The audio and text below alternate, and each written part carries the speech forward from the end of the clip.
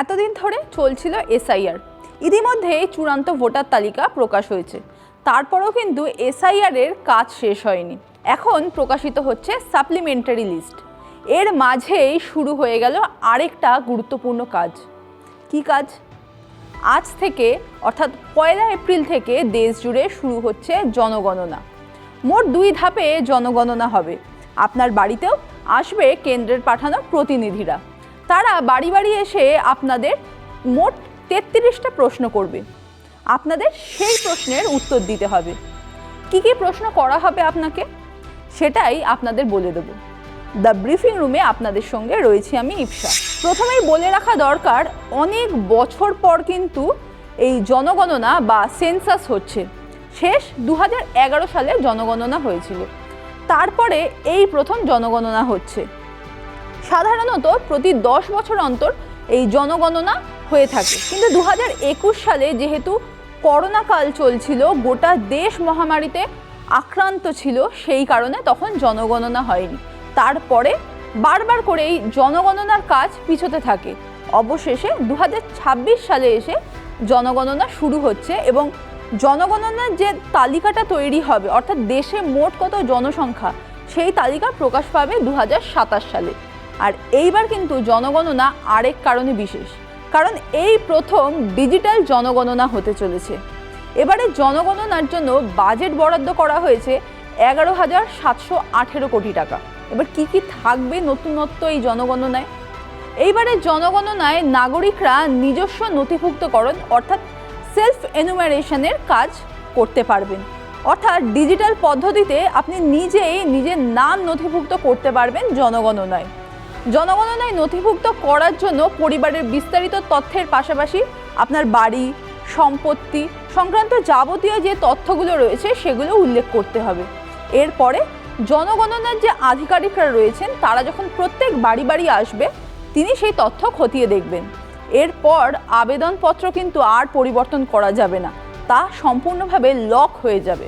এবারে জনগণনায় বলা হয়েছে আরেকটা গুরুত্বপূর্ণ কথা, সেটা হলো লিভ ইন কাপল, অর্থাৎ যারা লিভ ইন সম্পর্কে থাকছেন তাদেরকেও কিন্তু বিবাহিত বলে গণ্য করা হবে। তবে যারা সকলেই লিভ ইনে রয়েছেন সবাইকেই যে বিবাহিত বা ম্যারিড বলে গণ্য করা হবে এমনটা কিন্তু নয়। যে কাপলরা নিজেদের স্টেবল রিলেশনে রয়েছেন বলে উল্লেখ করবেন, তাদেরকেই একমাত্র বিবাহিত বলে গণ্য করা হবে। আজ 1 এপ্রিল থেকেই জনগণনা শুরু হচ্ছে, চলবে 30 সেপ্টেম্বর পর্যন্ত। মোট 45 দিনে প্রথম ধাপের কাজ হবে। তার মধ্যে প্রথম 15 দিন থাকবে সেলফ এনুমারেশনের জন্য। তারপর বাকি 30 দিন বাড়ি বাড়ি গিয়ে তথ্য সংগ্রহ ও যাচাই করা হবে। যারা নিজেরাই নিজেদের নথি পোর্টালে আপলোড করবেন, তারা ইংরেজি ও 15টি ভারতীয় ভাষায় সেন্সাসের তথ্য আপলোড করতে পারবেন। ওটিপি ভিত্তিক ভেরিফিকেশন হবে, তার মাধ্যমে এই সেলফ এনুমারেশনের প্রসেসটা সম্পূর্ণ হবে। তথ্য আপলোড হয়ে গেলে আপনাকে দেওয়া হবে একটা রেফারেন্স আইডি। যখন কেন্দ্রের পাঠানো প্রতিনিধিরা আপনার বাড়িতে আসবে তথ্য যাচাইয়ের জন্য, তখন আপনাকে এই আইডিটা বলতে হবে। এবার আসি মূল কথায়, অর্থাৎ এই যে জনগণনা হচ্ছে সেখানে কি কি প্রশ্ন করা হবে আপনাকে। প্রথম প্রশ্ন করা হবে বিল্ডিংয়ের নাম্বার, অর্থাৎ পুরসভা বা স্থানীয় কর্তৃপক্ষ আপনার বাড়ির যে নম্বরটা চিহ্নিত করেছে, অর্থাৎ আপনি অ্যাড্রেসের প্রথমেই যে সংখ্যাটা লেখেন সেই তথ্যটা আপনাকে জানাতে হবে। এরপরে জনগণনার বাড়ির দেওয়া নম্বর, সেটাও উল্লেখ করতে হবে। তারপরে বলতে হবে আপনার বাড়ির দেওয়াল কি দিয়ে তৈরি।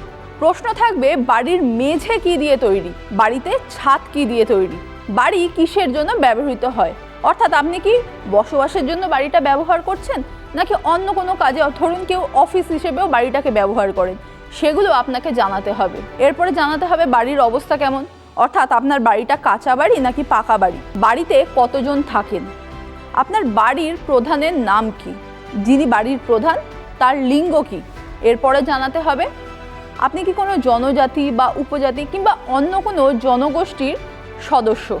আপনাকে এই তথ্যও জানাতে হবে যে যে বাড়িতে আপনি থাকছেন সেটা ভাড়া বাড়ি নাকি নিজস্ব মালিকানা। এরপরে জানাতে হবে রান্নাঘর ও শৌচাগার ছাড়া কতগুলো ঘর রয়েছে আপনার বাড়িতে। জানাতে হবে আপনার বাড়িতে কতজন বিবাহিত দম্পতি বাস করে। পানীয় জলের প্রধান উৎস কী, অর্থাৎ আপনার বাড়িতে যে জল আসছে, যেই জল পান করেন সেটা কোথাকার জল, অর্থাৎ ট্যাপ ওয়াটার নাকি আপনাকে কুয়োর জল ব্যবহার করতে হচ্ছে কিংবা অন্য কোনো জলের সোর্স রয়েছে, সেটা আপনাকে জানাতে হবে।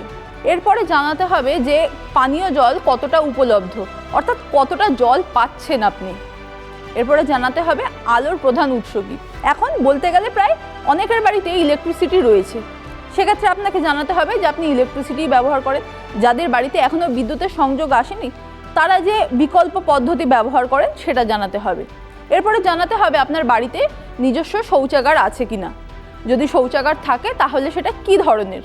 এরপরে জানাতে হবে বর্জ্য পদার্থ জল, অর্থাৎ আবর্জনার যে জল, সেই জলগুলো কোথায় যাচ্ছে।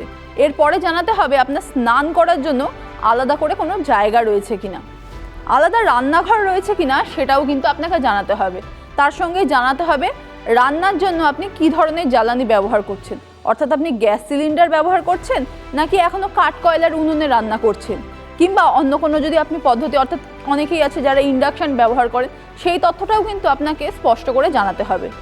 এরপরে আসবে আপনার বাড়িতে রেডিও বা ট্রানজিস্টার আছে কিনা, কারণ এক সময় কিন্তু এই রেডিও বা ট্রানজিস্টার দিয়েই যাচাই করা হতো কিংবা বলা চলে বিচার করা হতো যে আপনি ধনী বা মধ্যবিত্ত কিনা। এবারে সেন্সাসে আপনাকে জানাতে হবে আপনার বাড়িতে টেলিভিশন রয়েছে কিনা, জানাতে হবে ইন্টারনেটের সুবিধা আছে কিনা, ল্যাপটপ বা কম্পিউটার আছে কিনা আপনার বাড়িতে, সেটাও কিন্তু জানাতে হবে। স্মার্টফোন রয়েছে কিনা তাও জানাতে হবে। জানাতে হবে সাইকেল, স্কুটার, বাইক বা মোপেড আছে কিনা, যদি গাড়ি থাকে তাহলে গাড়ি, জিপ বা ভ্যান আছে কিনা, এবং বাড়িতে কোন শস্য খাওয়া হয়, অর্থাৎ আপনি ধান অর্থাৎ চাল খান নাকি অনেকে গম ব্যবহার করেন, সেই তথ্য আপনাকে জানাতে হবে। এরপরে শেষ এবং সবথেকে গুরুত্বপূর্ণ তথ্য সেটা হলো আপনার মোবাইল নাম্বার, কারণ যেহেতু এই প্রথমেই বলেছিলাম যে এবারে সেন্সাস ডিজিটাল পদ্ধতিতে হচ্ছে, তাই আপনার কিন্তু এই মোবাইল নাম্বারের ভিত্তিতেই পুরো ভেরিফিকেশনের প্রসেসটা হবে। আপনার মোবাইল নাম্বারে, অর্থাৎ বাড়ির যে প্রধান আছে তার মোবাইল নাম্বারে একটা ওটিপি আসবে, তার ভিত্তিতেই কিন্তু জনগণনায় যে আপনার যে নথি রেজিস্টার হয়েছে সেটা আপনি জানতে পারবেন। জনগণনার নথি প্রকাশিত হবে 2027 সালে। এবার সম্পূর্ণভাবে ডিজিটাল সেন্সাস হবে, সেটা আগেই বলেছি, এবং এই যে সেন্সাসের কাজটা হবে সেটা সম্পূর্ণভাবে মোবাইল অ্যাপ্লিকেশনের মাধ্যমে কাজটা করা হবে। অর্থাৎ আগে যেরকম আমরা দেখতাম যে খাতায় কলমে লেখা হচ্ছে, বাড়িতে বাড়িতে এসে নোট করা হচ্ছে, সেই পদ্ধতি এবার থাকছে না, সম্পূর্ণভাবে ডিজিটাল পদ্ধতিতেই সেন্সাসের কাজ শুরু করা হবে এবং তার ফলে কাজ অনেক দ্রুত হবে বলেও মনে করছে কেন্দ্রীয় সরকার। জনগণনা আমাদের সবার জন্যই অত্যন্ত জরুরি, কারণ দেশের অবস্থা কোথায় রয়েছে, কত জনসংখ্যা রয়েছে, তার ভিত্তিতে আয় কত হচ্ছে, অর্থাৎ গোটা দেশের অর্থনীতি এবং সামগ্রিক পরিস্থিতি কিন্তু এই জনসংখ্যার ওপর নির্ভর করে, আর তার জন্যই প্রয়োজন জনগণনা। এই ধরনের আরও কন্টেন্ট দেখতে চোখ রাখুন TV9 বাংলা ডিজিটালে।